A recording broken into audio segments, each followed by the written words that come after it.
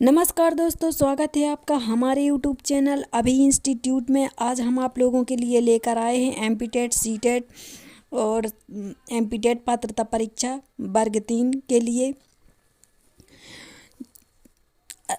Part 1 है। यह पौधों के वर्गीकरण के बारे में बताया गया है, तो इसको हम विस्तार से पढ़ेंगे। चलिए तो शुरू करते हैं। पौधे, प्लांट्स, पादप या पौधों का वर्गीकरण। सजीवों को पादप जगत और जंतु जगत तथा सूक्ष्म जीवों में विभक्त किया जाता है। सजीव प्राणी यहाँ पर संजीव नहीं है, सजीव है। सजीव प्राणी बहुकोशिकीय तथा एक कोशिकीय भी हो सकते हैं। देखिए, जिस प्रकार एक मकान बहुत सारी ईंटों से मिलकर बना होता है, इसमें बहुत सारी ईंटें लगी होती हैं तो एक दीवार बन जाती है। इसी प्रकार से बहुत सारी कोशिकाओं में से बनकर जीवों का शरीर बना होता है, लेकिन कुछ जीवों का शरीर केवल एक ही कोशिका से बना होता है। जैसे अमीबा हो गया, पैरामीशियम हो गया, इन जीवों का शरीर एक ही कोशिका से बना होता है। विटकर ने सजीवों को 5 प्रमुख वर्गों में विभाजित किया है। कौन कौन से हैं? Monera, protista, flora, fauna, fungi. Monera में जीवाणुओं का अध्ययन किया जाता है। प्रोटिस्टा में अमीबा, पैरामीशियम का अध्ययन किया जाता है। फ्लोरा में पौधों का अध्ययन किया जाता है। फौना में जंतुओं का अध्ययन किया जाता है और फंजाई में कवकों का अध्ययन किया जाता है।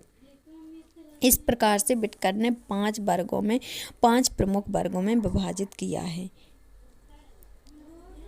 आगे देखिए,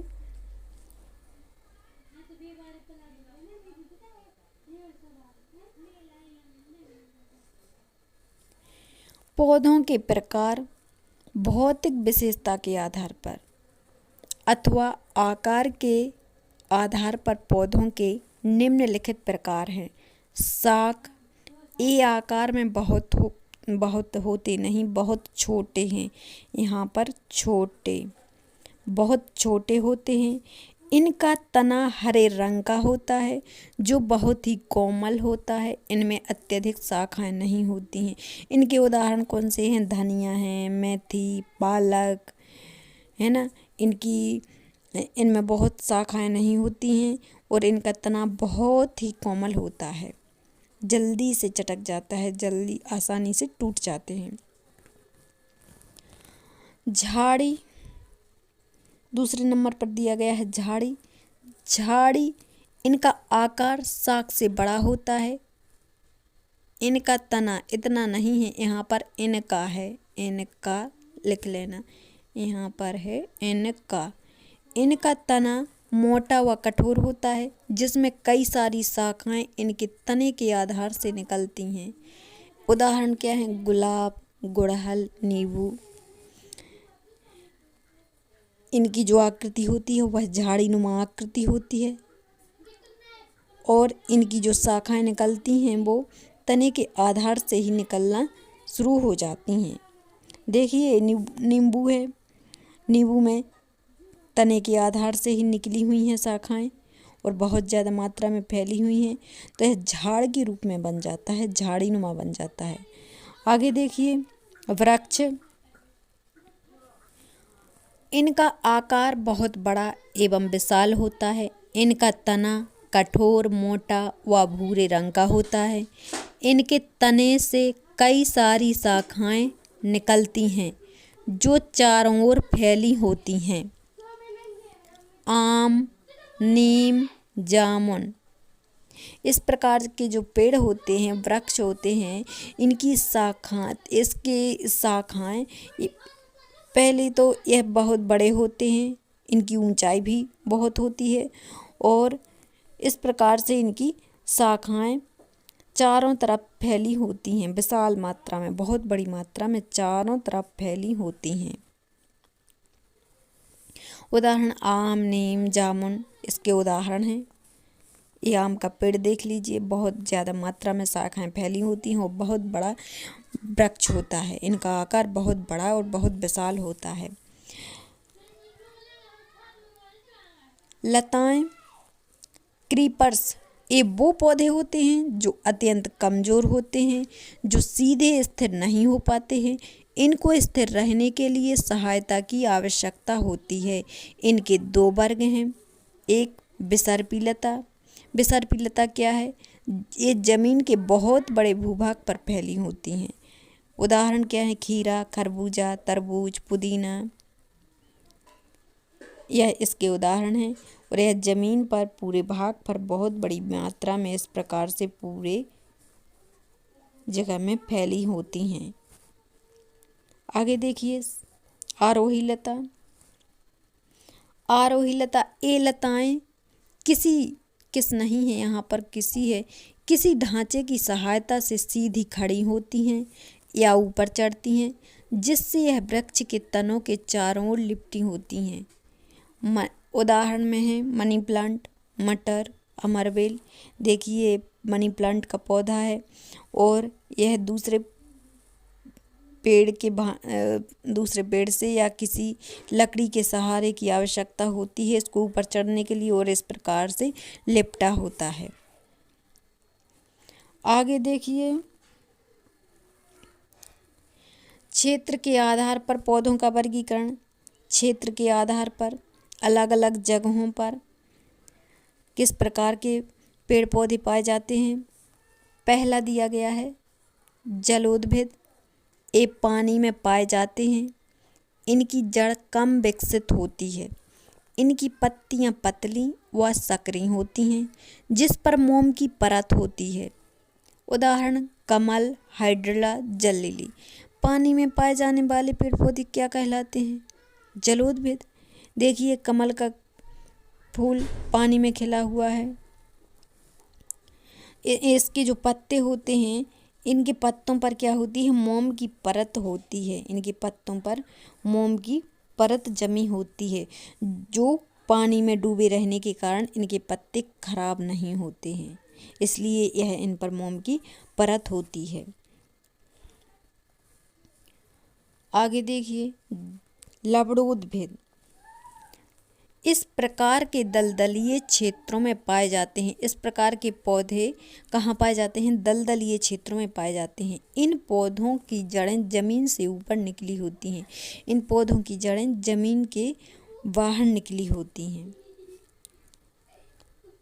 इस प्रकार के ये दलदली पौधे हैं। इस प्रकार के पौधे कहाँ होते हैं? दलदलीय क्षेत्र में पाए जाते हैं। आगे देखिए समोद्भिद। ये पौधे खेती योग्य जमीन पर पाए जाते हैं। इनका तना ठोस व शाखा युक्त होता है। उदाहरण मक्का, टमाटर, गेहूँ, धान, इनकी खेती होती है। ये पौधे कुछ समय बाद नष्ट हो जाते हैं, क्योंकि इनका मूल में श्वसन रुक जाता है। कुछ समय बाद ये नष्ट हो जाते हैं क्योंकि इनका मूल में श्वसन रुक जाता है। मरोद्भिद। मरोद्भिद नाम से ही पता चल रहा है मरुस्थलीय। ये पौधे मरुस्थलीय क्षेत्र में पाए जाते हैं। इनकी पत्तियां छोटी छोटी व जड़ें गहरी होती हैं। इन पौधों का तना गद्देदार एवं मोम की परत से ढका होता है। उदाहरण क्या है? नागफनी है, एकासिया। इस प्रकार के पौधे कहाँ पाए जाते हैं? रेगिस्तान में पाए जाते हैं। मरुस्थलीय क्षेत्रों में इस प्रकार के पौधे पाए जाते हैं।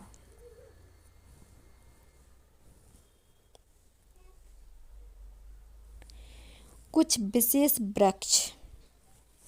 बरगद यही एक विशालकाय वृक्ष होता है जिसका फैलाव अधिक होता है। इनकी शाखाओं से जड़ें भी निकलती हैं, जिनको स्तंभ जड़ कहा जाता है। देखिए इसकी शाखाओं से जड़ें लटकी रहती हैं, यह लटकी हुई हैं। इनको क्या कहा जाता है? इनको स्तंभ जड़ कहा जाता है। आगे देखिए क्रोटन।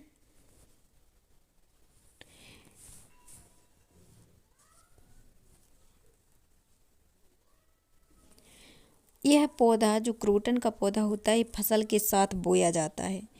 यह बताने में यह बताने में समर्थ है कि फसल को कब पानी की आवश्यकता होती है। इसकी जड़ें अधिक नीचे तक नहीं जाती हैं। इसकी जड़ें ज़मीन में अधिक नीचे तक नहीं जाती हैं। जब यह मुरझाने लगता है तो इससे पता चलता है कि फसल को पानी की आवश्यकता है। इसीलिए इसको फसल के साथ बोया जाता है ताकि पता चले कि फसल को पानी की आवश्यकता है कि नहीं। यह मुरझाने लगता है तो इससे पता चल जाता है कि फसल को पानी की आवश्यकता है।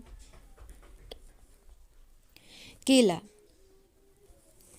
केले का पौधा एक प्रकार का शाक है जिसका तना कमजोर व हरा होता है।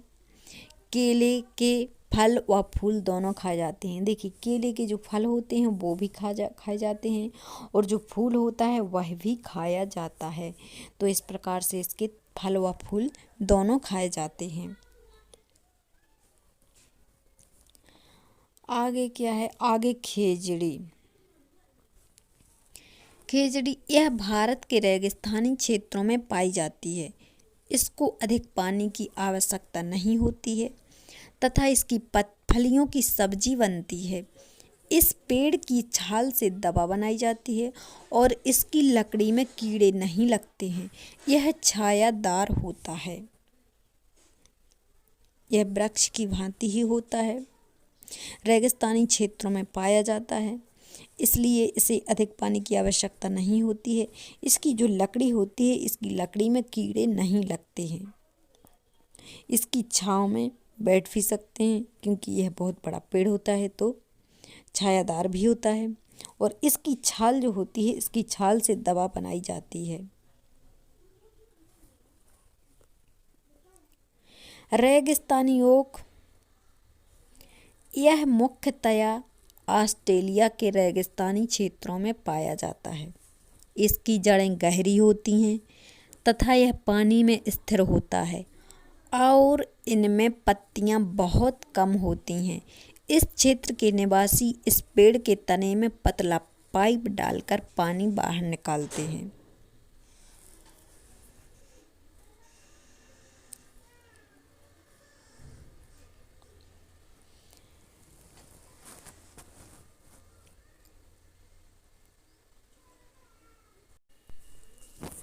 उम्मीद करते हैं दोस्तों आपको हमारी वीडियो पसंद आई होगी। अगर आपको हमारी वीडियो पसंद आई है तो इसे शेयर लाइक ज़रूर कीजिएगा और हमें कमेंट में बताइएगा कि आपको हमारी वीडियो कैसी लगी। मिलते हैं इसी टॉपिक के प्रश्नों के साथ अगले वीडियो में। तब तक के लिए धन्यवाद।